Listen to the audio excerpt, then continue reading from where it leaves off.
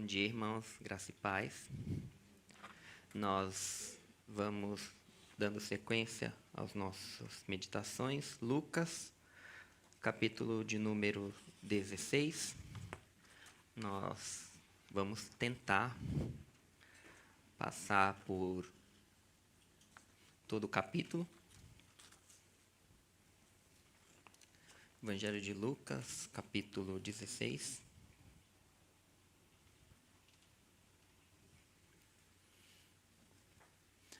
Diz-nos assim a palavra do Senhor. Jesus contou a seguinte história a seus discípulos. Um homem rico tinha um administrador que cuidava de seus negócios. Certo dia, foram lhe contar que esse administrador estava desperdiçando o seu dinheiro. E então mandou chamá-lo e disse: "O que é isso que ouço a seu respeito? Preste contas da sua administração, pois não podes mais permanecer nesse cargo." O administrador pensou consigo: "E agora? Meu patrão vai me demitir. Não tenho força para trabalhar no campo e sou orgulhoso demais para mendigar. Já sei como garantir que as pessoas me recebam em suas casas quando eu for despedido." Então ele convocou todos os que deviam dinheiro a seu patrão. Perguntou ao primeiro: "Quanto você deve a meu patrão?" O homem respondeu: "Devo 100 tonéis de azeite." Então o administrador lhe disse: "Pegue depressa a sua conta e mude-a para 50 tonéis." "E quanto você deve ao meu patrão?" perguntou ao segundo. "Devo 100 cestos grandes de trigo," respondeu ele. E o administrador disse: "Tome a sua conta e mude-a para 80 cestos." O patrão elogiou o administrador desonesto por sua astúcia. E é verdade que os filhos deste mundo são mais astutos ao lidar com o mundo ao redor do que os filhos da luz. Esta é a lição. Usem as riquezas deste mundo para fazer amigos. Assim, quando suas posses se extinguirem, eles os receberão num lar eterno. Se forem fiéis nas pequenas coisas, também o serão nas grandes. Mas se forem desonestos nas pequenas coisas, também o serão nas maiores. E se vocês não são confiáveis ao lidar com a riqueza injusta deste mundo, quem lhes confiará a verdadeira riqueza? E se não são fiéis com os bens dos outros, por que alguém lhes confiaria o que é de vocês? Ninguém pode servir a 2 senhores, pois odiará um e amará o outro. Será dedicado a um e desprezará o outro. Vocês não podem servir a Deus e ao dinheiro. Os fariseus, que tinham grande amor ao dinheiro, ouvindo isso tudo, zombavam de Jesus. Então ele disse: "Vocês gostam de parecer justos em público, mas Deus conhece o coração. Aquilo que este mundo valoriza é detestável aos olhos de Deus." Até a chegada de João, a lei de Moisés e a mensagem dos profetas eram seus guias. Agora, porém, as boas novas do reino de Deus estão sendo anunciadas e todos estão ansiosos para entrar. É mais fácil o céu e a terra desaparecerem que ser anulado até o menor traço da lei de Deus. Assim, o homem que se divorcia da sua mulher, da sua esposa, e se casa com outra mulher, comete adultério. E o homem que se casa com uma mulher divorciada também comete adultério. Jesus disse: "Havia um outro homem rico que se vestia de púrpura e linho fino, e vivia sempre cercado de luxos. À sua porta ficava um mendigo coberto de feridas chamado Lázaro. Ele ansiava comer o que caía da mesa do homem rico, e os cachorros vinham lamber suas feridas abertas. Por fim, o mendigo morreu, e os anjos o levaram para junto de Abraão. O rico também morreu e foi sepultado, e foi para o lugar dos mortos. Ali, em tormento, ele viu Abraão de longe, com Lázaro ao seu lado. O rico gritou: "Pai Abraão, tenha compaixão de mim. Mande Lázaro aqui, para que molhe a ponta do dedo em água e refresque minha língua. Estou em agonia nestas chamas." Abraão, porém, respondeu: "Filho, lembre-se de que durante a vida você teve tudo o que queria e Lázaro não teve coisa alguma. Agora ele está aqui sendo consolado e você está em agonia. Além do mais, há entre nós um grande abismo. Ninguém pode atravessar para o seu lado e ninguém daí pode atravessar para o nosso." Então o rico disse: "Por favor, pai Abraão, Pelo menos mande Lázaro à casa do meu pai, pois tenho 5 irmãos e quero avisá-los para que não terminem neste lugar de tormento. Moisés e os profetas já os avisaram, respondeu Abraão. Seus irmãos podem ouvir o que eles disseram. Então o rico disse, não, pai Abraão, mas se alguém dentre os mortos lhe fosse enviado, eles se arrependeriam. Abraão, porém, disse, se eles não ouvem Moisés e os profetas, não se convencerão, mesmo que alguém ressuscite dos mortos. Amém. São 3 textos, né? Acho que, lendo assim, a gente consegue até perceber 3 partes de textos, né?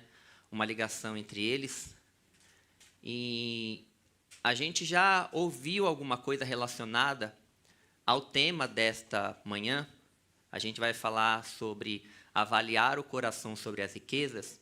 Em algumas meditações, mais ou menos há 1 mês atrás, o Cris pregou uma palavra em Lucas capítulo 12.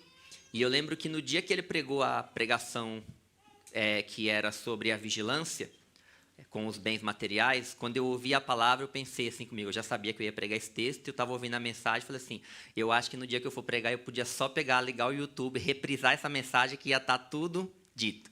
Mas a palavra do Senhor está aqui, a gente vai tentar aprender um pouco mais com o Senhor nesta manhã. E quando eu fui começar a estudar o texto, para minha surpresa, alguns comentaristas colocam que essa primeira parábola do administrador astuto talvez seja uma de mais controversas e de mais difícil interpretação. Tem um monte de problemas com ela por causa do que ela trata. E aí eu falei, se eu soubesse disso, eu tinha deixado para o Lucas, para o Gui e para o Kis antes, se eu tivesse olhado antes. Mas, que Deus nos ajude, né? Quando a gente lê o primeiro texto, conta a história, talvez já bem conhecida de nós. Tem um administrador que é muito rico, ele contrata um empregado para gerir as suas riquezas. Muito provavelmente, né, Jesus não menciona, porque para o contexto daquela época era algo normal, eles já eram subentendidos para os seus ouvintes, que era um grande fazendeiro, um grande possuidor de terras. E aí ele está falando com um administrador, provavelmente um empregado contratado, que fazia os contratos de arrendamento das terras. Ele intermediava as negociações junto com aqueles que eram, vamos dizer assim, locatários das terras, e eles recebiam, e eles pagavam ao dono das terras um arrendamento já pré-fixado, né? Seria como se fosse o nosso aluguel. Ele aluga lá uma quantidade, uma porção das terras, ele arrenda e já acerta no ato do arrendamento com o proprietário das terras um valor fixo da colheita, ou de azeite ou de trigo. Para a gente poder ter uma ideia do quanto que vale mais ou menos a questão do quanto o administrador perdoou quando ele é mandado embora, ele fala de 100 tonéis de azeite, que eram aproximadamente mais ou menos a renda de 1 ano de um trabalhador comum. Então, você pensa o seguinte, que a soma que é perdoada não é baixa, assim como a questão do trigo, que é perdoado na dívida quando ele abaixa de 100 para 80, é uma quantia substancial. E aí você olha para o texto e você vê um homem rico que coloca um empregado para gerir uma parte dos seus bens. Em determinado momento, ele ouve que o seu administrador está gastando seus bens de qualquer jeito. Se você conhecer a história de José, quando ele está no Egito, filho de Jacó, quando quando a mulher de Potifar vai dar em cima dele, ele diz assim, olha, o meu senhor me confiou tudo que tem nesta casa, de maneira que ele não sabe de nada a não ser a comida que é colocada na sua mesa. A única coisa que ele me vedou é a senhora, porquanto é sua esposa. Ali a gente tem mais ou menos um exemplo do que seria esse administrador.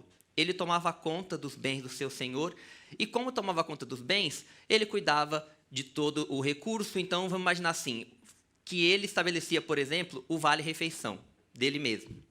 Ele tinha algumas regalias como administrador. Agora, imagine se você contrata um administrador, você tem um valor razoável, bom, para um vale-refeição, mas daqui a pouco você descobre que o seu administrador anda usando o seu dinheiro para frequentar os melhores restaurantes.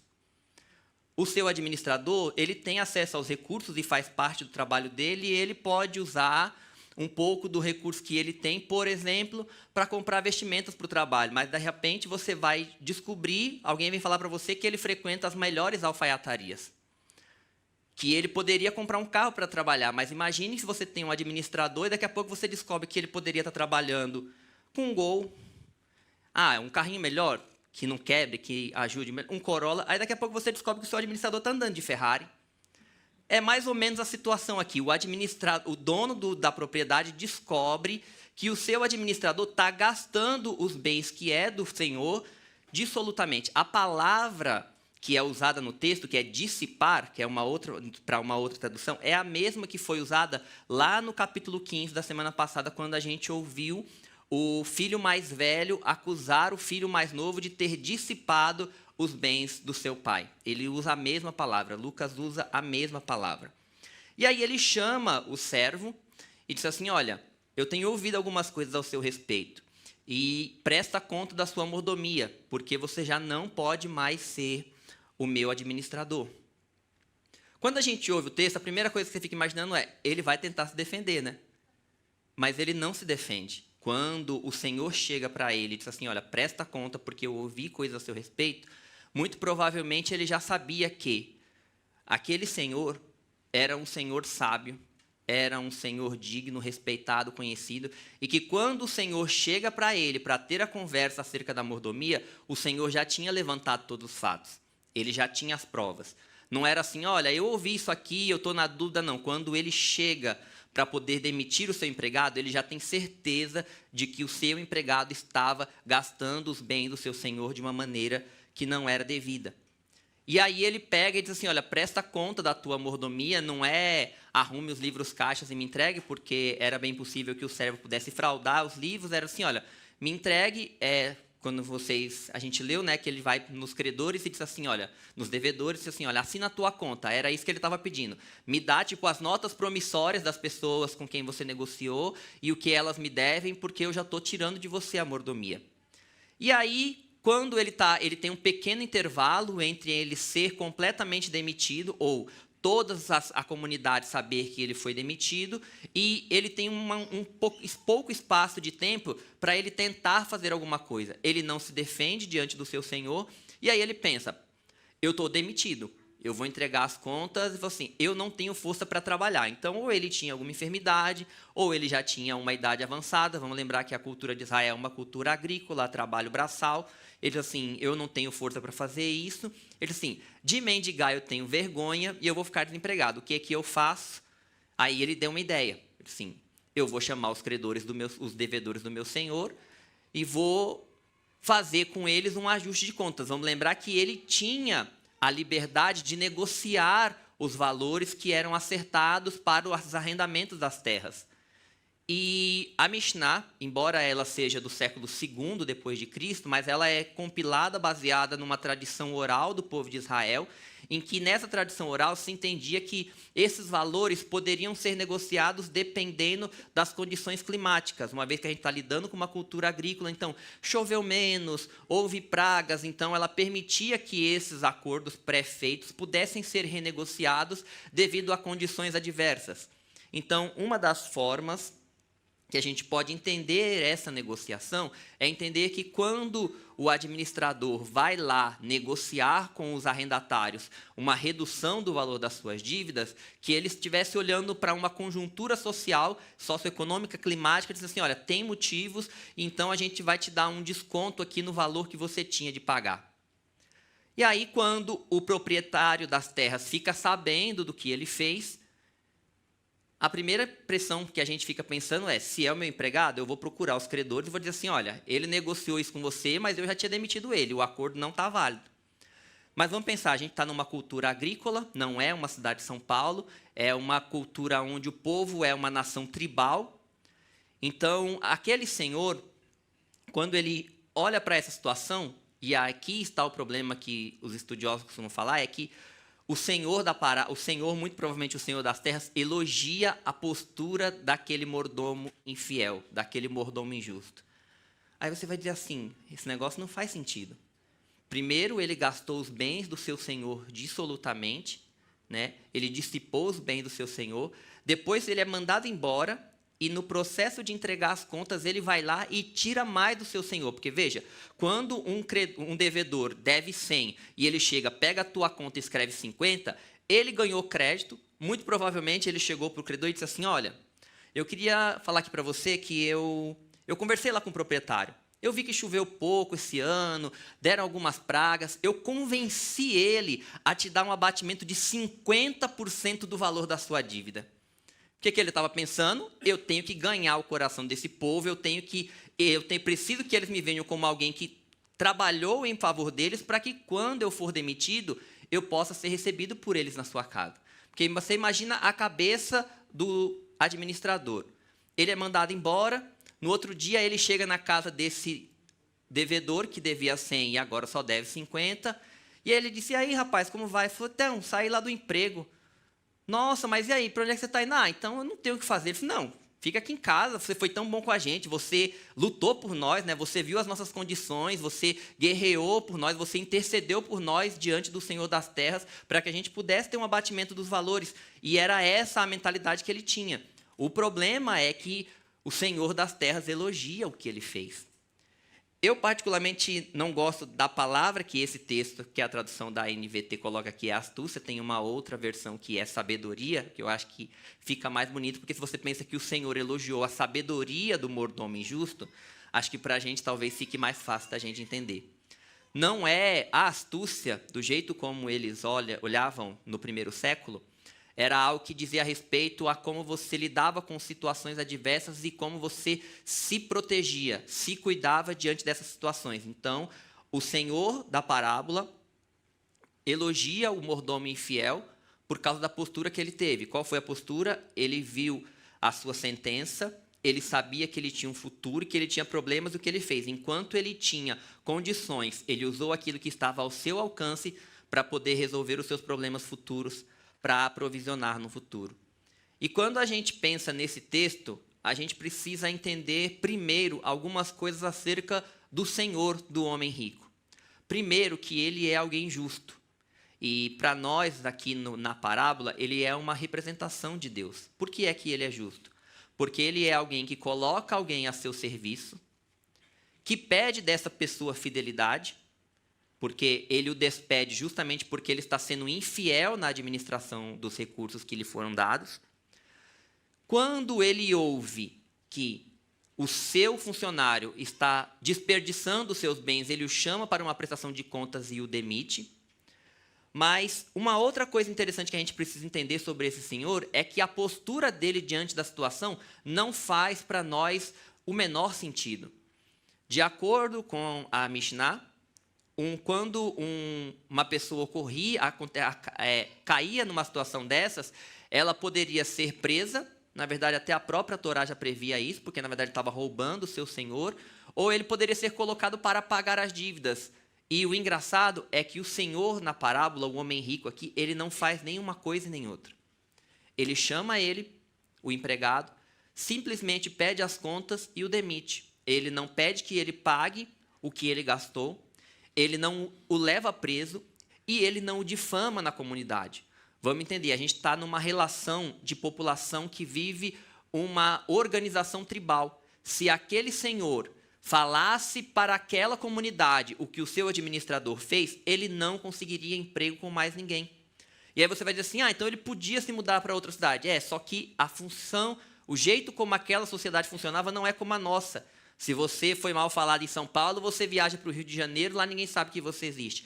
Aquela comunidade era formada com relacionamentos, as relações tribais eram o que davam suporte para aquela geração, para aquele tipo de sociedade. E você mudar do local aonde você cresceu, aonde você era conhecido, para um outro lugar, para você era uma situação totalmente adversa. E isso não aconteceria.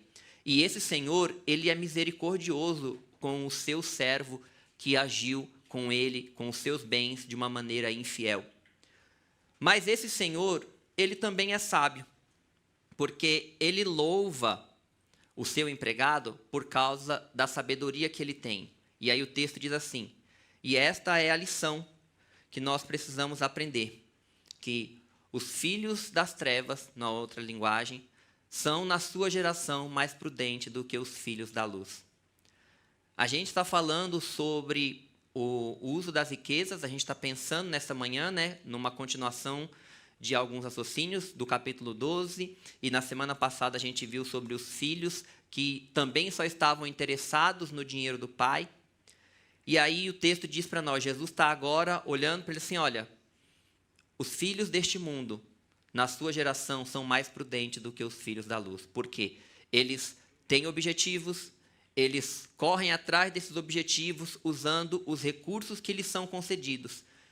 E o problema é que ele fala que, no nosso caso, a gente nem sempre é assim. Quando você olha para esse administrador infiel, você vai perceber algumas coisas nele. Na primeira parte da parábola, ele gasta os bens do seu senhor de uma maneira indevida. E ele faz isso porque, nesse momento, ele é alguém que não tem consciência. E não tem consciência de quê? Ele não tem consequência de que ele não tem nada, porque as posses são do seu senhor. Ele não tem consciência de que ele pode ser demitido a qualquer momento, que é o que acontece. E ele não tem consciência da necessidade que ele precisa ter de ser fiel na administração daquilo que lhe foi confiado. Num segundo momento, quando o Senhor o chama e o demite, aí esse estado de inconsciência dele muda. Agora ele é um homem consciente da sua situação, ele sabe que ele é um homem que perdeu todo o acesso aos recursos que ele tinha, ele sabe que ele é um homem que não tem condições físicas de trabalhar, ele sabe, tem consciência de que ele tem vergonha de mendigar e ele tem consciência de que ele tem um futuro péssimo pela frente. E aí, quando ele, consciente de toda essa situação, percebe aquilo que ele está, a situação em que ele se encontra é gravíssima, então ele toma uma atitude para poder reverter essa situação futura. E aí eu fico pensando para nós, nesta manhã, se nós temos consciência de qual é a nossa posição diante de Deus hoje. Se nós temos consciência de que nós, assim como na parábola, somos alguém que somos mordomos de alguém que é muito rico. Embora o texto fale de riqueza material, eu queria que a gente pensasse nesta manhã acerca de todo tipo de riqueza. Talvez Deus tenha dado a você riqueza material, mas talvez Deus tenha dado a você riqueza intelectual, talvez Deus tenha dado a você beleza física ou grandeza de muitas outras coisas que a gente não mencione necessariamente como dinheiro, mas tudo que a gente tem em abundância, a gente recebe do Senhor como algo que a gente deve administrar para Ele. E pensando que a gente tem uma eternidade e que a gente tem um Senhor a quem a gente deve prestar conta de todos os nossos feitos, de tudo aquilo que Deus confiou nas nossas mãos, a primeira pergunta do texto para nós nesta manhã é: nós temos sido mordomos fiéis com aquilo que o Senhor tem colocado nas nossas mãos? Isso pode se referir a dons espirituais, isso pode se referir ao cuidado da sua família. Se você é homem e é casado, se você tem sido um sacerdote bíblico conforme a Bíblia o chama a ser, se você é uma mulher e é casada, se você tem sido submissa ao seu marido no Senhor, como a Bíblia a chama a ser, se nós temos vivido a nossa vida profissional de maneira tal que a gente viva o que diz a palavra, em tudo quanto fizerdes, seja por obras ou por palavras, fazei tudo para a glória de Deus. Esta é a maneira que nós temos vivido? Porque a parábola contada aqui mostra que o Senhor chega para um mordomo e o despede, porque ele não foi fiel na sua mordomia.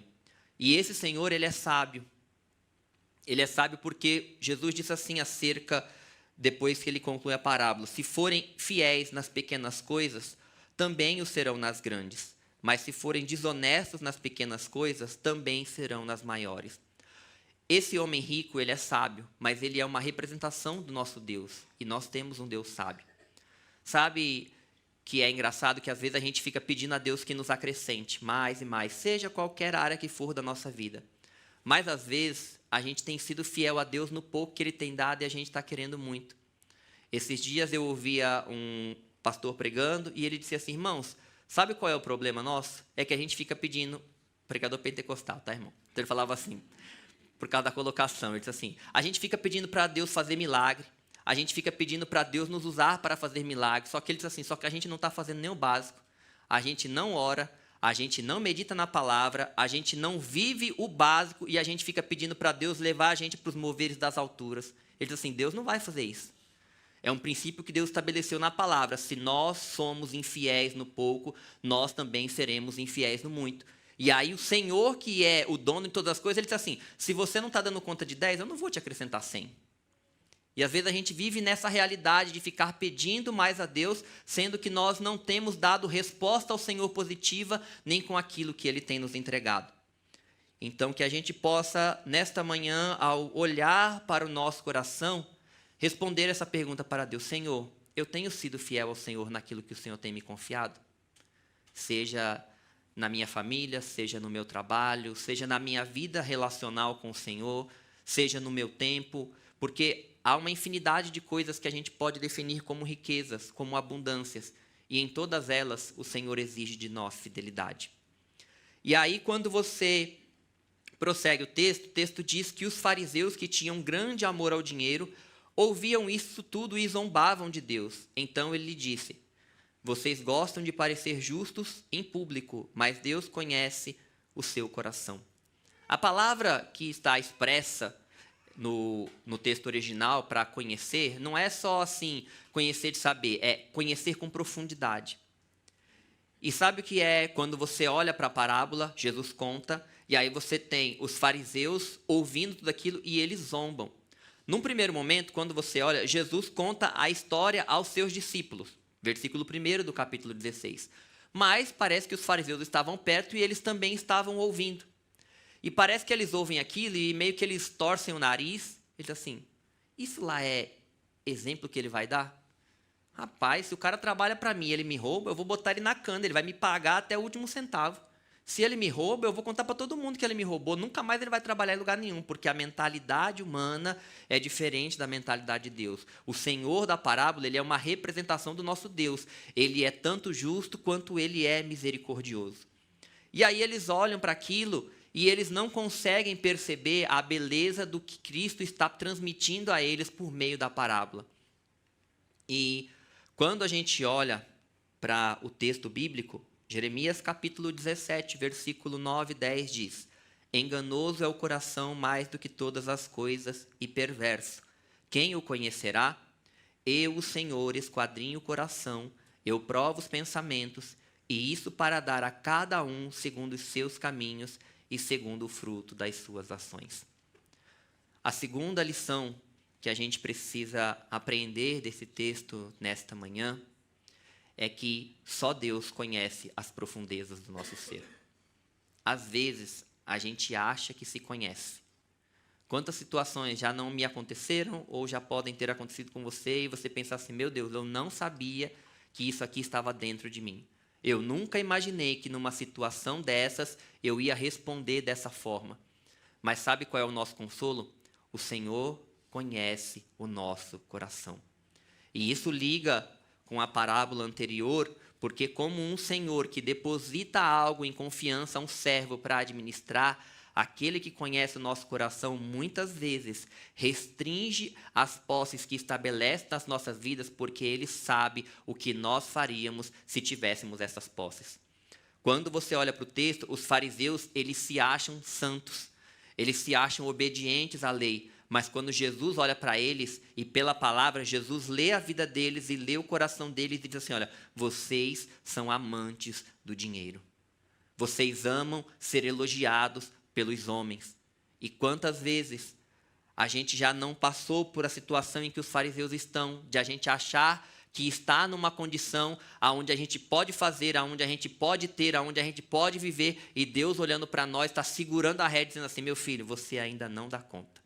Você ainda não suporta, você ainda não pode. Mas a gente, na nossa enganação, fica questionando a Deus como se a gente soubesse mais do que Deus da realidade e como se Deus não entendesse o que a gente entende, assim, Senhor, o Senhor não está vendo, eu estou pronto, eu estou preparado. E Deus olha lá para o fundo do nosso coração e diz assim, não está. E o Senhor nos chama nesta manhã a permitirmos que a palavra de Deus leia o nosso coração e diga para nós o que há dentro dele. Hebreus, Capítulo 4, versículo 12 diz: porque a palavra de Deus é viva e eficaz, e mais penetrante do que espada alguma de dois gumes, e penetra até a divisão da alma e do espírito, e das juntas e medulas, e é apta para discernir os pensamentos e as intenções do coração. Jesus diz que a palavra de Deus penetra até o mais profundo do nosso ser, e ela revela os pensamentos e as intenções do nosso coração. Mas a pergunta para nós nesta manhã é: eu quero que Deus mostre o que há no meu coração? Será que eu tenho um interesse sincero em chegar diante de Deus, como a gente cantou, eu me rendo, e dizer assim: Senhor, eu estou aqui rendido diante do Senhor, mostra para mim o que tem aqui dentro. Porque às vezes é tão feio, e às vezes a gente está tão apegado no nosso pecado que a gente não quer ver. A gente simplesmente quer que Deus faça, a gente simplesmente quer que Deus nos dê, a gente quer que Deus simplesmente acabe com a aprovação, acabe com a perseguição, a gente simplesmente quer que Deus acrescente. E Deus está olhando para o nosso coração, Ele está sondando, Ele está vendo o que há dentro de nós e Ele está trabalhando para que Ele possa ser visto por nós na beleza da sua santidade, e a gente fica cego pelo nosso pecado. Os fariseus estavam cegos pelos seus pecados, de maneira que eles não conseguiam entender aquilo que Jesus lhes falava. O texto segue fazendo como que fosse uma preparação para a nossa última história, que é sobre o rico e Lázaro. E aí você olha para um homem rico, o texto diz que ele se vestia de púrpura e linho fino. A púrpura era um tecido tingido com crustáceos que eram tirados do fundo do mar. Era uma tinturaria extremamente cara. O linho fino era como se fossem as roupas de baixo dele. Mas o interessante é que quando você lê o texto, ele não está vestido assim para ir numa festa. Era o traje dele de todo santo dia. E o texto diz que ele se banqueteava todos os dias. Quem é que vive em festa assim todos os dias? Esse homem era muito rico. Mas veja, quando a gente ouviu lá atrás, no capítulo 12, a parábola do rico e do insensato, era semelhante. Eu tenho bens para muitos anos, descansa minha alma, porque você vai poder comer e beber para muitos anos, não tem problema nenhum. E aí a palavra de Deus nos diz: louco, esta noite te pedirão a tua alma, e o que tens, para quem será? Esse homem vivia da mesma forma como aquele homem rico da outra parábola do capítulo 12. E o texto diz que à porta dele ficava um mendigo chamado Lázaro, que tinha vontade de comer das migalhas que caíam da sua mesa, e os cachorros vinham lamber-lhe as feridas. Então você tem um homem muito rico, que se vestia com as roupas mais caras da época, mas não para ocasiões de festa, aquela era a sua vestimenta diária. Ele vestia da roupa mais fina que você pode imaginar todo santo dia. O seu calçado era um dos mais tops que existe, mas era todo santo dia. A sua comida era da melhor, todo santo dia, um banquete na sua casa. E à porta da sua casa existe alguém que está ferido, que está machucado, que está com fome. E qual é a história? Ele nada faz por esse que está necessitado. E assim como a morte chega para o rico, ela também chega para o pobre. O texto diz que Lázaro morre, vêm os anjos de Deus e o levam para o seio de Abraão. O texto não fala nada do sepultamento dele. Talvez ele nem tenha sido sepultado, ou foi sepultado como indigente. Na cultura hebraica, o sepultamento era algo que demonstrava a importância e a honra que se dava à pessoa que morreu.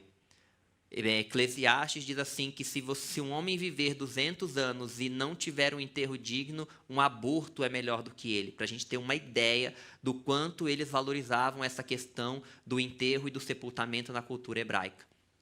Mas do rico, o texto diz que ele morreu e foi sepultado. Imagina aquele cortejo fúnebre, muitas pessoas elogiando o rico pela sua postura, por tudo aquilo que ele tinha vivido. Afinal, naquela época, as pessoas ainda tinham uma mentalidade equivocada de interpretar que as posses de alguém representavam que Deus estava na vida daquela pessoa e que ela era muito abençoada por Deus. Mas qual é o drama na história que Jesus conta? É que quando ele diz que os dois morreram, o pobre, Aquele que a sociedade poderia olhar para ele e dizer assim: esse homem é um miserável, Deus com certeza não o favorece. Se você olhar as leis judaicas, toda pessoa que tinha uma ferida exposta, ela era considerada impura, até que a ferida fechasse. Esse homem não podia entrar no templo, não podia tocar ninguém, ninguém poderia tocá-lo, porque essa pessoa que o tocasse ou de quem ele tocasse se tornaria impura. Por todos os locais aonde ele andava, ele era mal visto, e ele está às portas de um rico e não recebe nada. Mas aí ele morre. E a nossa surpresa é que os anjos de Deus o levam para o seio de Abraão. O rico, aquele que a sociedade olhava e dizia assim: não, ele é abençoado por Deus, porque olha, Deus deu para ele tanta abundância que ele se veste com o melhor todos os dias. Deus deu a ele tanto que ele come do melhor todos os dias. E aí ele morre. E o texto diz que ele é levado para o mundo dos mortos. Algumas traduções diz levados para o Hades. O Hades, no Novo Testamento, simbolizava para aquela época, né, um local intermediário. Não é o purgatório, irmão. É o lugar. Minha mulher já pensou no purgatório. Não era o purgatório. O Hades era um local intermediário que você ficava aguardando o juízo final. O único porém é que no Novo Testamento, para os salvos, em nenhum local, de Mateus até Apocalipse, o Hades é usado como um local referenciado para os justos e os salvos. E aí o texto diz que o rico está lá em tormentos. E aí ele olha para Abraão, ele vê Lázaro no seio de Abraão. E aí ele diz assim: Pai Abraão, manda que Lázaro venha até aqui e molhe o dedo na ponta da água e refresque a minha língua, porque eu estou atormentado nessas chamas. E aí a gente começa a perceber algumas coisas acerca daqueles que se recusam a reconhecer a lei de Deus sobre a sua vida. É que o homem, ele sempre vai, após a sua morte, depois de ter negado ao Senhor, ele vai continuar neste processo de negação. Eu me lembro que uma vez eu estava conversando com alguns outros irmãos e a gente debatia sobre essa questão e dizia assim: não, mas quem que é burro? Que vai estar em tormento, que vai estar em sofrimento e que não vai se arrepender? Né? Porque normalmente a gente é assim, né? Eu tinha um pastor que falava que toda vez que o crente começa a ter muita prova, ele começa a pedir perdão de tudo que é pecado, os que ele fez e os que ele não fez. Ele fica tentando descobrir se tem alguma coisa que ele não fez, que ele não confessou. Vai que é por isso que está acontecendo, ele sai confessando tudo. E aí dá para usar até o salmista: Senhor, me perdoa dos pecados que me são ocultos, que eu não tenho nem conhecimento. Porque a gente arranja para tudo na época. Quando está sofrendo, quando está dando tudo errado, a primeira coisa que a gente pensa é: isso é causa de pecado. E não necessariamente. E aí ele olha para a gente olhando para toda essa situação, aí você vai dizer assim: pô, ele se arrependeu, né? Ele está em tormento, ele está sofrendo, mas a gente vai ver que o coração dele não mudou no local de tormento. Ele era rico, ele tinha abundância, e ele era tão rico, que pela maneira como ele se vestia e que ele comia, servir Lázaro, cuidar de Lázaro, não teria custado nada para ele. Não é nem você dizer assim: pô, para eu poder calçar o mendigo, eu vou ter que tirar, eu só tenho 2 pares, eu vou ter que dar um para ele, eu vou ficar com um. Não, imagina nos dias de hoje, né? Naquela época não é muito comum.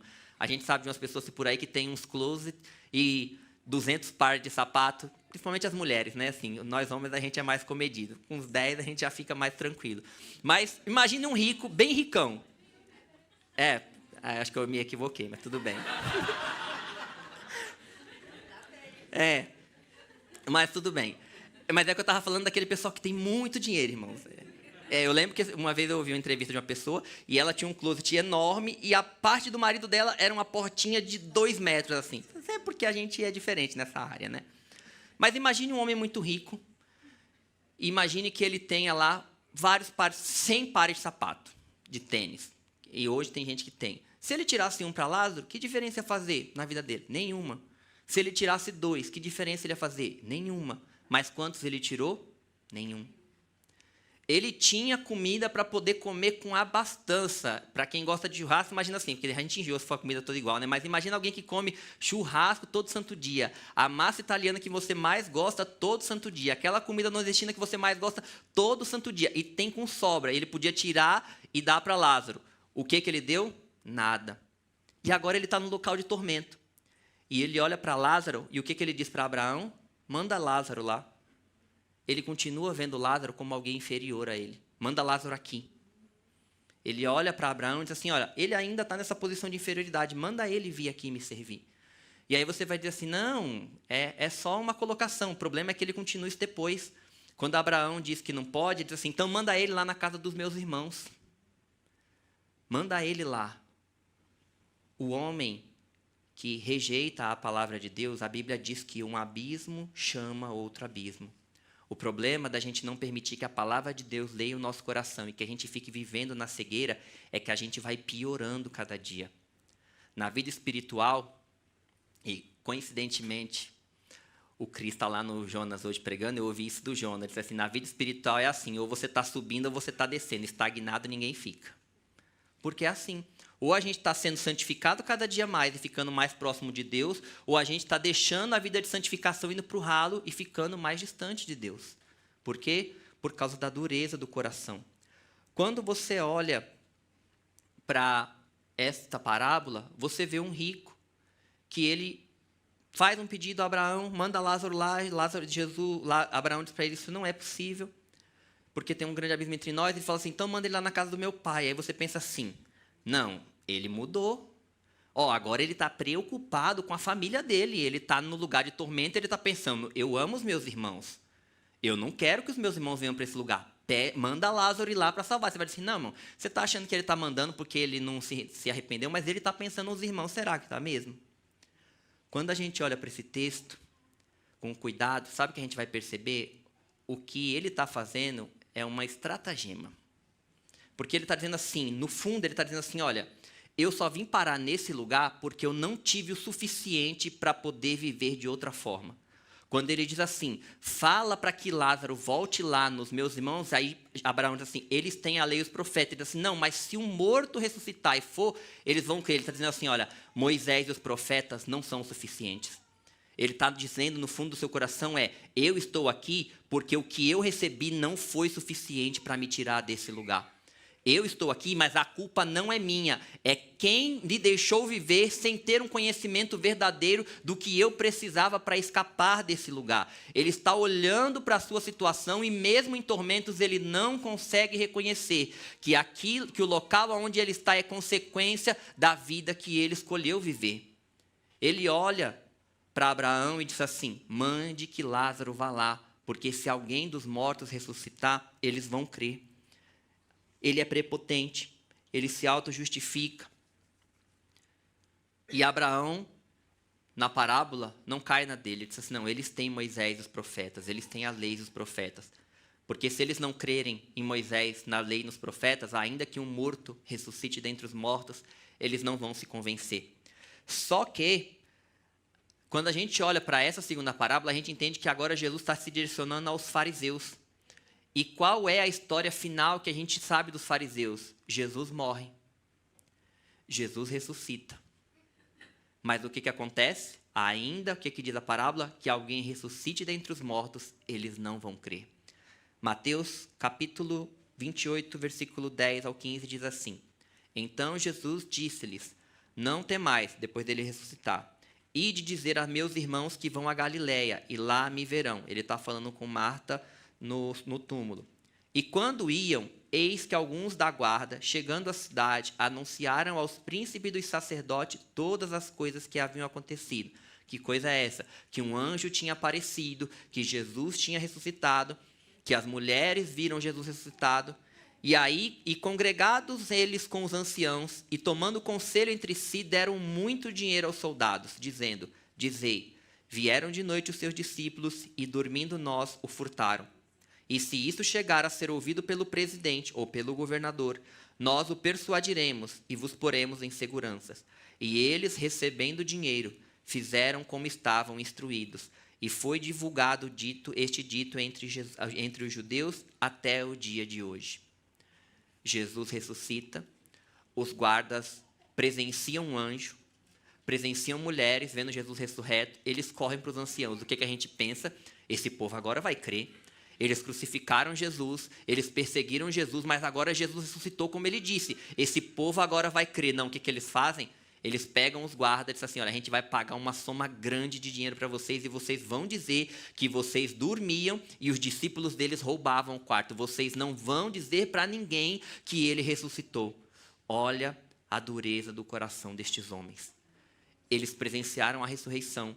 Eles agora sabem da ressurreição, mas eles negam a ressurreição com todas as suas forças e com todos os seus recursos. E esses guardas que contemplaram um anjo e uma ressurreição por causa do dinheiro, eles negam tudo aquilo que eles viram. Por quê? Porque tinha uma vantagem financeira. E a gente olha para esses textos nesta manhã e deve se perguntar para o nosso coração qual é a nossa postura diante da palavra de Deus. Se quando nós estamos vivendo a nossa vida e a palavra de Deus vem ao nosso encontro, a gente recebe aquilo que Deus está nos dando, nos ensinando por meio da sua palavra, ou a gente nega a palavra, nega a ressurreição e nega a obra do Senhor nas nossas vidas. Por quê? Por causa de ganhos. Os principais dos sacerdotes estavam preocupados com a sua posição. Os guardas estavam preocupados em ganhar dinheiro. E nós, nesta manhã, o que é que tem ocupado nosso coração? O que pode estar nos tentando a negar ao Senhor e à ressurreição? Uma coisa que a gente precisa guardar deste texto é que o dinheiro, ele é chamado para ser nas nossas vidas nosso servo. Quando Deus é o nosso Senhor, o dinheiro é o nosso servo. Ele é um instrumento. Ele é um instrumento como é o carro, ele é um instrumento como é uma caneta, ele é um instrumento como é um pente. Ele tem um uso e uma finalidade, só isso, nada mais. Mas os homens usam o dinheiro para que eles possam se sentir aceitos, respeitados e amados. As pessoas buscam o dinheiro para que elas possam ter uma vida confortável, para que elas possam ser admiradas por outras pessoas, para que elas possam se sentir amadas por outras pessoas. E a mensagem dessa manhã nos chama a avaliar o nosso coração acerca das riquezas. Como é que o nosso coração tem lidado? Será que nós temos colocado a nossa esperança nas riquezas de maneira tal que elas nos façam ser aceitos, sermos vistos, sermos amados pelos homens? Ou nós entendemos que nós somos aceitos, amados, porque Deus assim o fez por nós, por intermédio de Jesus na cruz do Calvário? Quando a gente olha para esses textos, a gente entende que pobreza e riquezas não são determinantes nas nossas vidas, mas sim a resposta que nós damos a Deus com aquilo que recebemos. Veja, não é pecado e não é problema ser rico e ter qualquer tipo de riqueza, seja ela material, seja ela intelectual, familiar, qualquer ela que seja. A questão é como é que a gente se relaciona com as riquezas que Deus nos dá acesso. Nós nos relacionamos com elas, colocando elas como servas de Deus, para que nós possamos fazer uso e glorificar o nome do Senhor, para que elas nos sirvam, ou nós nos tornamos escravos do dinheiro, escravos da riqueza. Porque quando a gente se torna escravo do dinheiro, ele se torna o nosso ídolo. Quando as riquezas se tornam nosso Senhor, a gente fica escravo delas. E um escravo, ele depende, ele tem que obedecer ao seu Senhor, ele é servo. E o Senhor nos chamou para sermos livres. A Bíblia diz assim: fostes comprado por bom preço, não vos façais servos de homem. E eu queria parafrasear o texto nessa manhã dizendo assim: fostes comprado por bom preço, não vos façais servos das riquezas. O Senhor nos chamou para sermos livres. Eclesiastes, capítulo 8, versículo 5, diz o seguinte: quem guardar o mandamento não experimentará nenhum mal, e o coração do sábio discernirá o tempo e o modo. O Senhor nos chama nesta manhã a sermos mordomos fiéis, a agirmos com sabedoria e a entendermos que nós temos um Deus a quem nós precisamos prestar contas. Quando a gente olha para esse texto e você pega o primeiro texto do administrador infiel, ele tinha um futuro e um futuro mau. Quando você olha para este último texto, o texto nos assegura que existe para todos os homens um futuro. E que futuro é esse? Um futuro após a morte. E que Isso que você e eu iremos viver no pós-morte depende de como nós vivemos a nossa vida. Se nós amarmos as riquezas, o nosso pós-morte, a nossa eternidade, será no Hades, que arde com fogo, que arde, que há tormento. Mas se nós vivemos a nossa vida sujeitos à palavra de Deus, deixando que a palavra de Deus leia o nosso coração e guie a nossa vida, a nossa eternidade será no seio de Abraão, sendo consolado, sendo confortado. Muitos hoje pensam que não há uma eternidade, que o que o homem vive é só aqui na terra e acabou, mas a palavra mostra para nós nesta manhã que há uma eternidade. E ela pode ser muito boa se a palavra de Deus governar a minha e a sua vida, e ela pode ser tremendamente horrível se nós nos apartarmos do caminho do Senhor e vivermos num coração endurecido, que tenha as riquezas ou qualquer outra coisa como o nosso Deus. Que o Senhor nos guarde, para que a gente possa viver a nossa vida de tal forma de que tudo que nós recebemos do Senhor, um dia nós possamos estar diante dele e dizer assim: Senhor, tu me deu 2, eu te devolvo 4. O Senhor me deu 5, eu te devolvo 10. E a gente possa ouvir do Senhor: vinde, benditos de meu Pai, possuir o reino que vos está preparado. Foste fiel no pouco, sobre o muito eu te colocarei. Entra no gozo do teu Senhor. Que a gente saia daqui nesta manhã com esse desejo no nosso coração, de olhar para a eternidade do nosso encontro com Deus e falar assim: Senhor, naquele dia, quando eu chegar diante de Ti, eu quero ouvir o Senhor me chamar de fiel. Eu não quero ser um mordomo infiel, Senhor. Tenha misericórdia. Oremos. Pai querido, Deus eterno, em nome de Jesus, o Teu Filho amado, nós Te louvamos, Senhor, Te exaltamos e Te bendizemos pela oportunidade de ouvir a Tua palavra, pela oportunidade de estar aqui em igreja, louvando e bendizendo o Teu nome, pela oportunidade, ó Pai, de saber que o Senhor nos amou e entregou Jesus no nosso lugar como preço dos nossos pecados, ó Pai. Eu Te louvo, ó Pai, eu Te exalto por saber que diante de Ti nós somos vistos como justos, não por nada que tenhamos feito, mas porque o Senhor olha para nós e contempla Jesus e a justificação com a qual Ele operou nas nossas vidas. Ó Pai, eu Te louvo, eu Te exalto, porque o Senhor é misericordioso. E quero Te pedir nesta manhã, ó Pai, que o Senhor visite as nossas vidas, se nós temos sido mordomos infiéis, como na primeira parábola. Eu Te peço, ó Pai, tenha misericórdia de nós e nos permita ter um novo recomeço, sendo fiéis, Senhor, sendo obedientes. Ó Pai, que naquele dia, quando nós estaremos diante de Ti para prestarmos conta dos nossos feitos, nós possamos ouvir de Ti, servo bom e fiel. Ó Pai, tem misericórdia de nós, Senhor. Tu sabes que somos fracos, que somos falhos. Mas eu Te louvo, ó Deus, porque o Senhor deu o Teu Santo Espírito para habitar em nós, para nos capacitar a viver a vida de Jesus. Ó Pai, baseado na obediência de Jesus, eu Te peço nesta manhã, visita a Tua igreja e enche-nos do poder do Espírito Santo para sermos obedientes e fiel como Jesus o foi. Pai querido, eu Te peço que o Senhor nos dê um coração nesta manhã rendido diante de Ti. Ó Pai, que a gente se permita ser lido pela Tua palavra, ó Pai. Que a gente se permita ser julgado pela Tua palavra, Senhor. E como disse o salmista, Senhor, examina-me e vê se há em mim um caminho mau e guia-me pelo caminho direito. Ó Deus, contempla o nosso coração nesta manhã, Senhor, e vê todas as ramificações, ó Pai, que nos levam para caminhos maus. Vê, Senhor, no nosso coração toda a idolatria que possa existir, ó Pai, tira de nós pelo poder do Espírito Santo. Ó Pai querido, eu Te peço, transforma as nossas vidas para a glória do Teu santo e eterno nome. Que o Senhor seja sempre o nosso único Senhor e Mestre. Que nós sirvamos somente a Ti, Senhor.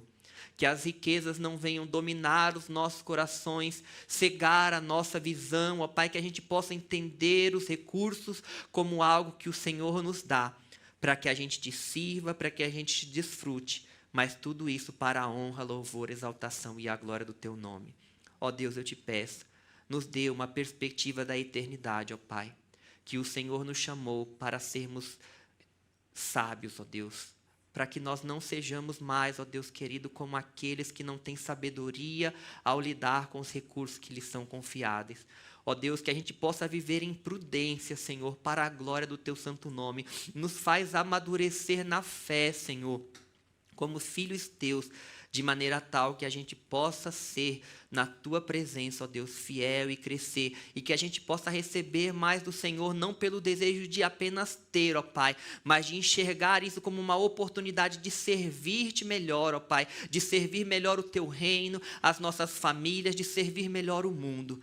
Vem sobre nós, ó Deus, sobre o nosso coração nesta manhã, e faz-nos transbordar, ó Deus, da tua palavra. Para a glória do teu santo nome, nós te pedimos e te agradecemos em nome de Jesus. Amém.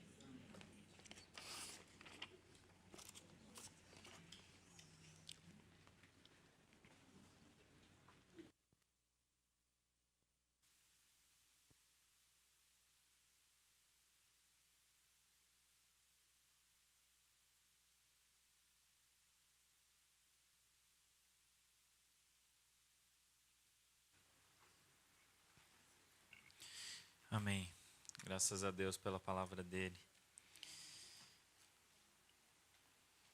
12 anos atrás, a gente tem uma história engraçada com esse texto. Estou até lembrando ele agora, em agosto de 2011, a gente estava fazendo uma série de estudos em Lucas, lá em São Carlos, e a Bruna ficou se debatendo, a gente nem namorava ainda na época, a Bruna ficou se debatendo com esse texto alguns dias. Aí ela me chamou, a gente passou, sei lá, umas longas horas discutindo esse texto, e esse é um dos motivos pelos quais a gente começou a namorar depois. Então eu sou grato, eu sou muito grato a Deus, porque alguns textos são difíceis de interpretar, e isso nos permitiu nos aproximarmos. Dei até uma puxadinha ali no e-mail, eu tenho histórico ainda de conversas que derivou disso.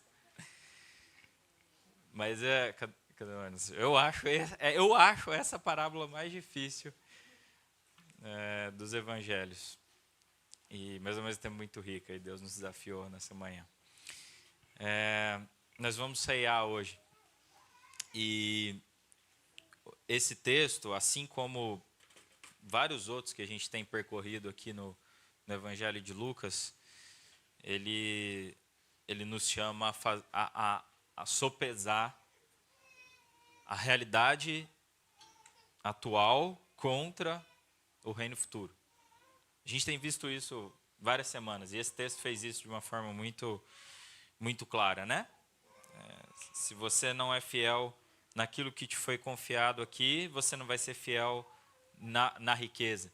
Né? Esse texto, na verdade, quando ele fala de riqueza de origem iníqua, ele está falando a riqueza desse mundo é transitória. Ela se corrompe, ela se destrói de forma muito simples. A real riqueza é aquela riqueza que está por vir. Então, seja prudente no trato dessa riqueza, senão não vai ser te confiada a riqueza futura.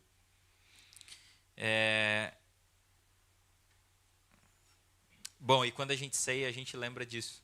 Né? A ceia é um memorial, é um lembrete de algo muito maior que está por vir. A gente partilha o pão aqui, a gente partilha o cálice, mas é uma realidade de alguma forma transitória, um elemento que se corrompe, se destrói.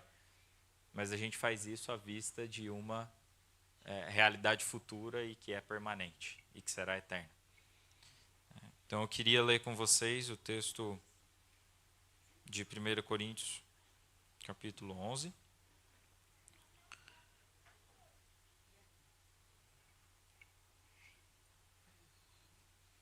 Vamos ler o texto. Nós vamos cantar? Sim, né? Então aí a hora que na música a gente serve os elementos. Vamos ler o texto? 1 Coríntios capítulo 11, a partir do versículo 17.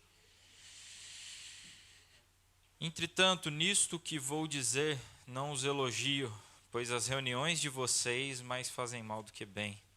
Em primeiro lugar, ouço que quando vocês se reúnem como igreja, há divisões entre vocês e até certo ponto eu creio, pois é necessário que haja divergências entre vocês para que sejam conhecidos quais entre vocês são aprovados. Quando vocês se reúnem, não é para comer a ceia do Senhor, porque cada um come a sua própria ceia sem esperar pelos outros. Assim, enquanto um fica com fome, o outro se embriaga. Será que vocês não têm casa onde comer e beber? Ou desprezam a igreja de Deus e humilham os que nada têm? O que direi? eu os elogiarei por isso?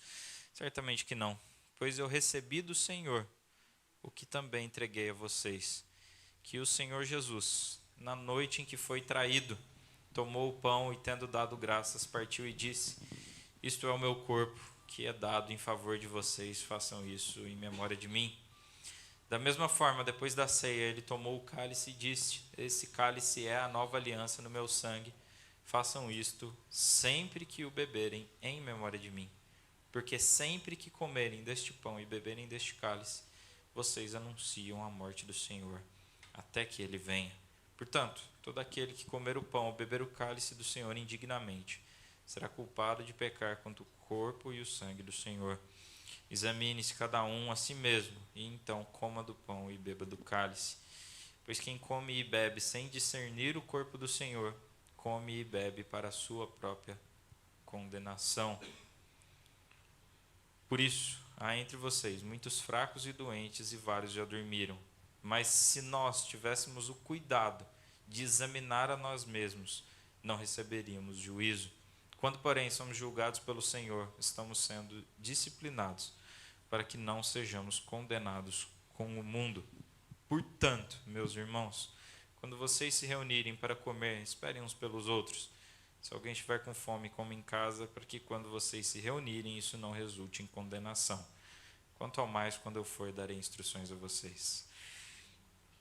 Outro texto difícil esse, mas tem um ponto aqui que eu acho maravilhoso, que é a simplicidade do que Paulo está dizendo, diante de uma coisa que é muito maior. A simplicidade é: ceia envolve comunhão. Ceia envolve comunhão. O grande problema ali era a falta de comunhão, era a falta de harmonia. Cada um chegava, comia, bebia, não esperava pelo outro, não respeitava o outro, não estava ali pelo outro. Ceia é um momento de comunhão, é um momento em que juntos como igreja a gente lembra o que o Senhor fez por nós até que Ele venha. E ele termina, na verdade, com uma instrução muito simples. Se não for para ter comunhão, come em casa. Fique em casa. Esse momento é um momento santo, é um momento de comunhão. Mas muito mais do que isso, é um momento de memória. E é um momento em que a gente tem que se examinar, porque a gente está lembrando da obra de Cristo Jesus em nosso favor. Então, eu queria que a gente tirasse um instante, antes de cantarmos, antes de recebermos os elementos, para nos colocar diante de Deus, examinarmos o nosso coração, avaliarmos se estamos em comunhão com os nossos irmãos, se estamos em comunhão com a nossa igreja e se compreendemos o que fazemos neste momento, que é lembrar a morte do Senhor até que Ele venha. Vamos orar em silêncio um instante, nos colocarmos diante de Deus, assim como o texto nos convida a fazer.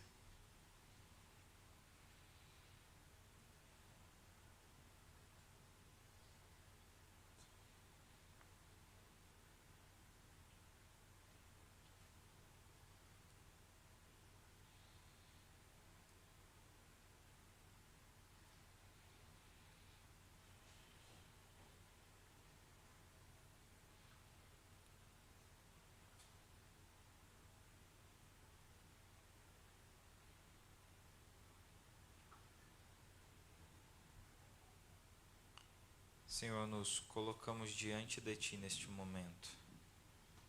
Primeiramente, gratos pela Tua palavra, porque o Senhor falou conosco por meio do Teu Evangelho. Obrigado porque o Senhor preservou essa palavra e ela é a revelação exata do Senhor para nós. E ela nos é suficiente. Senhor, nós também nos colocamos diante de Ti e pedimos perdão a Deus se por algum motivo ou em algum momento nos distanciamos da comunhão com o Teu corpo, que é a Tua igreja. Ó Deus, se há barreiras entre nós nesta manhã, se há dureza de coração de uns para com os outros, pedimos que o Senhor trate isso por meio do Seu Santo Espírito. Assim como lemos no texto também, ceia envolve e exige comunhão genuína e verdadeira. Portanto, ó Deus, tira do nosso meio e de dentro dos nossos corações qualquer barreira que possa existir em relação aos nossos irmãos. Que ao tomarmos a ceia nesta manhã, façamos isto com a consciência de corpo, com a consciência de que é algo que fazemos como igreja e não fazemos apenas na nossa individualidade. Senhor, nós também te pedimos que o Senhor purifique os nossos corações. Que o Senhor nos purifique se temos tido outros senhores além de ti, assim como o Gui leu no início, assim como fomos desafiados em Lucas 14 a termos o Senhor como o único Senhor das nossas vidas, a tomarmos a nossa cruz e seguirmos a Jesus. Fomos novamente desafiados hoje a não sermos servos das riquezas, a não nos submetermos às riquezas, mas a nos submetermos apenas a Ti e a usarmos as riquezas deste mundo de forma sábia, de forma prudente, de forma a fazer discípulos do Senhor também. Deus, permita-nos, ó Deus, compreender a Tua vontade para nossas vidas, sonda os nossos corações, vê se há em nós algum caminho mau e guia-nos pelas veredas eternas. Obrigado por Jesus, pelo sacrifício dele em nosso favor. Obrigado porque Jesus não considerou valiosa a sua própria vida, antes a entregou como sacrifício perfeito pelos nossos pecados. Ele que não tinha pecado, morreu em nosso lugar, derramou o seu sangue na cruz em nosso favor e ressuscitou ao terceiro dia para a nossa justificação. Louvamos a Jesus pela obra perfeita dele na cruz. E é esta obra que nós desejamos lembrar neste momento e nesta manhã. Esta é a nossa oração no nome do seu Filho Jesus. Amém.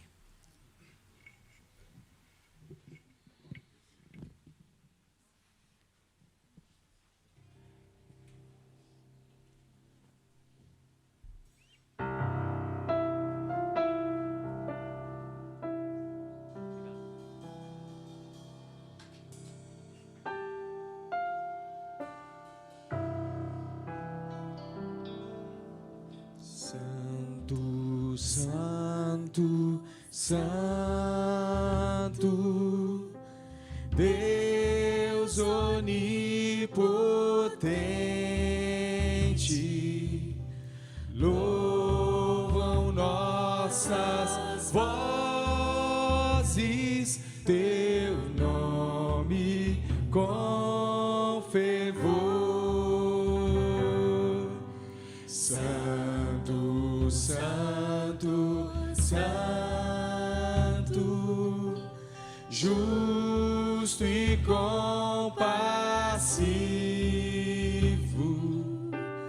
és Deus triuno, excelso, Criador.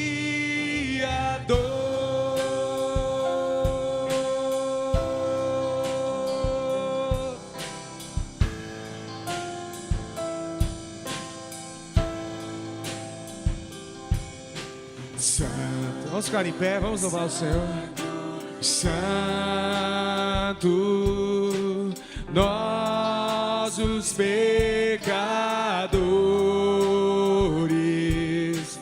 não podemos ver tua glória sem temor. Tu somente és santo, só tu és perfeito, Deus soberano, imenso em teu amor.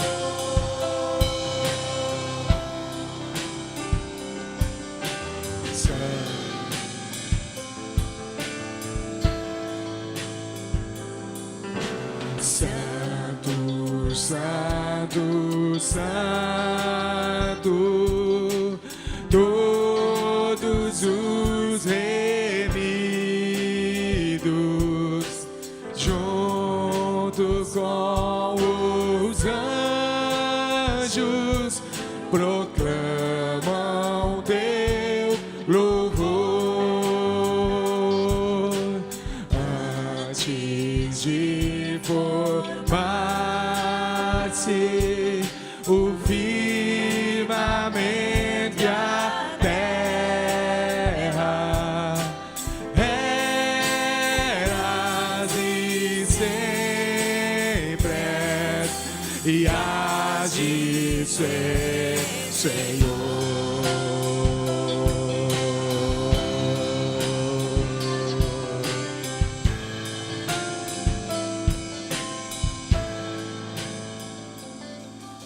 Santo, Santo, Santo,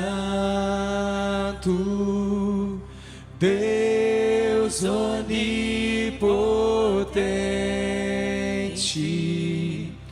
tuas obras louvam teu nome com fervor.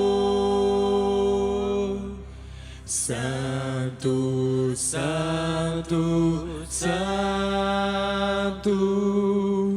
justo e compassivo, Deus soberano, excelso Criador.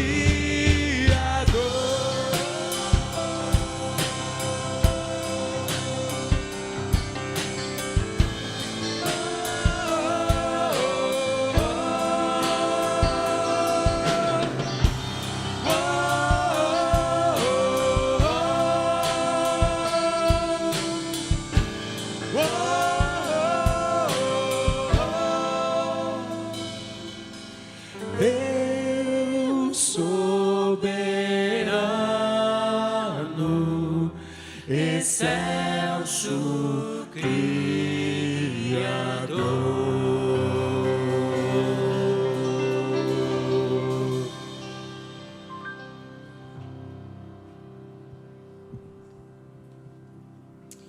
Amém. Este é o Deus triuno a quem servimos e seguimos. Vamos lembrar então neste momento da obra de Cristo Jesus em nosso favor na cruz, participando do pão e do cálice.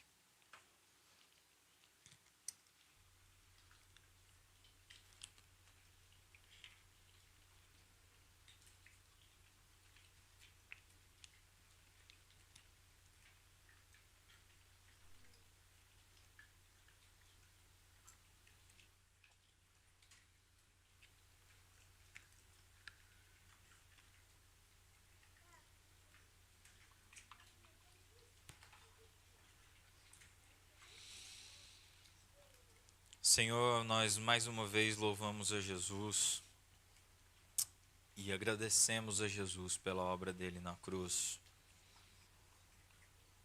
Deus Trino, Pai, Filho e Espírito Santo, louvamos a Ti porque esta obra concebida desde a eternidade encontrou um lugar no tempo e no espaço. E ali Jesus se fez pecado em nosso lugar. Deus Pai, te louvamos pelo teu amor. Te louvamos porque o Senhor nos deu o seu único Filho, graciosamente, para que Ele morresse em nosso lugar. Te louvamos, Deus Filho, porque o Senhor, tendo amado os seus que eram e que estavam no mundo, amou-os até o fim. O Senhor sabia que seria traído, o Senhor sabia que seria alvejado, mas o Senhor nos amou e amou até o fim. Deus Espírito Santo, nós te louvamos porque o Senhor encheu Jesus de coragem para que ele fosse até o fim nessa obra de amor. E hoje o Senhor nos enche, habita em nós, habita no meio da tua igreja e continua iluminando as nossas mentes para que compreendamos a obra de Jesus e compreendamos a palavra do Deus eterno. Pai, Filho e Espírito Santo, esta obra é do Senhor. O Deus Trino, que também é uno, o único Deus, o nosso Senhor, Senhor das nossas vidas, Senhor dos nossos corações, Senhor da igreja, autor e consumador da nossa fé. Obrigado por esta obra eterna, única, singular, que nos alcançou e continua nos alcançando dia após dia. Louvamos a Ti, cantamos a Ti e a Ti te damos todo o nosso louvor e toda a gratidão dos nossos corações. Muito obrigado, ó Deus. Muito obrigado pelo que o Senhor fez por nós. Não temos nada a te oferecer, nada a te oferecer, a não ser o nosso louvor e a nossa gratidão. Não temos bem nenhum em nós, não temos justiça nenhuma em nós. Por isso, confiamos apenas na justiça e na perfeição de Jesus e da obra dele em nosso favor. Muito obrigado, a Deus. Continua cuidando da tua igreja, Senhor. Continua cuidando do teu povo, rebanho do teu pastoreio. Ainda que a gente se perca, vá ao nosso encontro. Vá ao nosso encontro. E Deus cuida da fonte. O Senhor que tem nos dirigido até aqui. O Senhor sabe que temos passado desafios nas últimas semanas, nas negociações em relação ao novo lugar. Guia-nos, ó Deus, queremos simplesmente fazer aquilo que for da sua vontade. Se o Senhor tiver um outro lugar para esta igreja, que assim o seja. Coloque a tua mão de graça sobre a tua igreja e nos direcione em tudo que fizermos, de forma que só o teu nome seja honrado. Cuida de nós ao longo dessa semana, guia o teu povo, é o que nós te pedimos, no nome do seu Filho Jesus. Amém.